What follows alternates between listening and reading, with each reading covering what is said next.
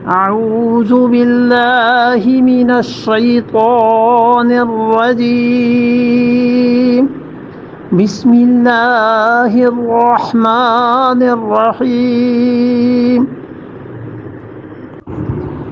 ولوطا إذ قال لقومه يتأتون الفاحشة ما سبقكم بها من أحد من العالمين. تیسری کو اللہ نے فرمایا وَلُوطًا إِذْ قَالَ لِقَوْمِهِ، اور حضرت لوط علیہ السلام اِذْ قَالَ لِقَوْمِهِ، جب انہوں نے اپنی قوم سے یہ کہا.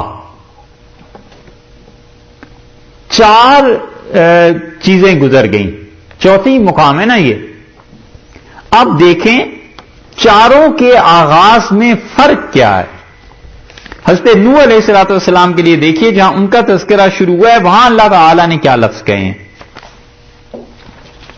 رکوع ہے 59 نمبر آیت میں لَقَدْ أَرْسَلْنَا نُوحًا إِلَىٰ قَوْمِهِ، ہم نے نوح علیہ السلام کو بھیجا ان کی قوم کی طرف. یہی لفظ آئے ہیں نا. یہاں یہ نہیں کہا کہ انہوں نے اپنی قوم سے کچھ کہا نہیں، ہم نے ان کی قوم کی طرف انہیں بھیجا.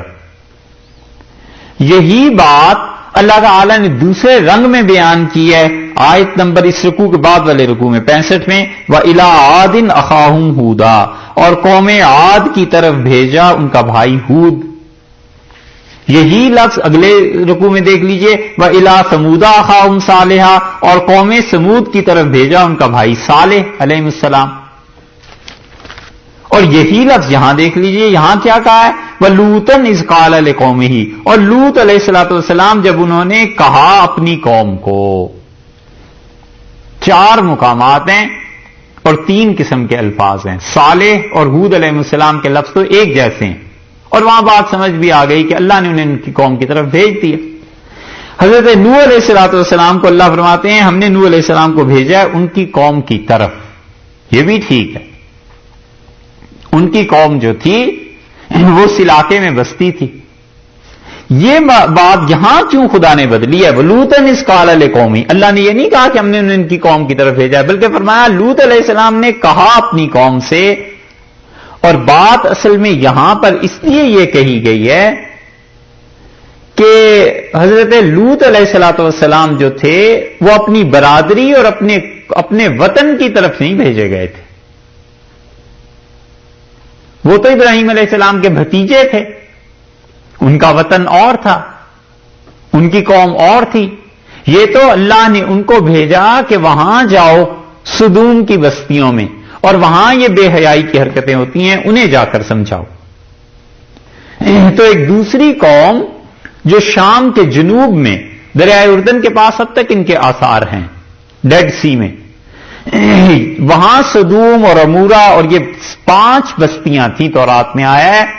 چونکہ اللہ نے انہیں کسی اور علاقے میں بھیجا تھا لیکن بھیجا چونکہ انہیں تھا اس لیے نبی تو اس قوم کے ساتھ تعلق ہو گیا علیہ السلام کا. اس لیے قرآن نے بالکل بات بدل دیا اور کہا کہ إِذْ قَالَ لِقَوْمِهِ، جب انہوں نے اپنی قوم سے جا کے کہا وہاں پر شام میں جو ان کا اپنا اصل آبائی وطن نہیں تھا.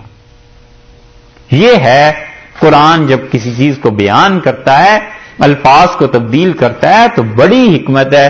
اور یہ دلیل ہے اللہ کے کلام ہی کے ہونے کی کہ اللہ تعالی نے یہاں یہ نہیں کہا کہ لوط علیہ السلام کو ان کی قوم کی طرف بھیجا ہے بلکہ فرمایا کہ ایسے ہوا.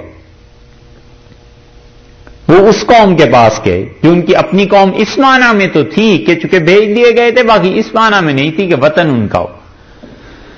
اتاتون الفاحشہ، انہوں نے کہا کہ تم لوگ فحاشی کا ایسا کام کرتے ہو کھلی ہوئی بے حیائی کا ما سبقکم بہا، تم سے پہلے نہیں کیا بہا اس فحاشی کو من احد من العالمین، پورے جہان میں کسی نے نہیں کیا.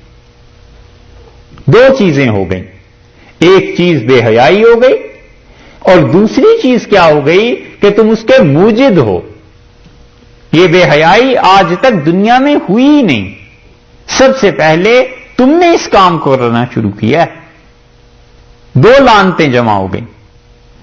بل انتم، اور ہاں انہوں نے کہا ما سبقکم بہا من احد من العالمین، جہان میں کسی نے کام یہ نہیں کیا تم ایسے کام کو کرنے لگے.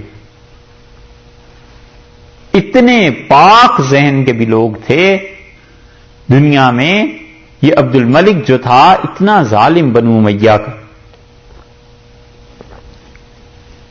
یہ آیات پڑھتا تھا اور کہتا تھا کہ اللہ نے اگر قرآن میں یہ ذکر نہ کیا ہوتا تو میں تو سوچ بھی نہیں سکتا تھا کہ دنیا میں یہ گناہ بھی ہوتا ہے، یہ بھی ممکن.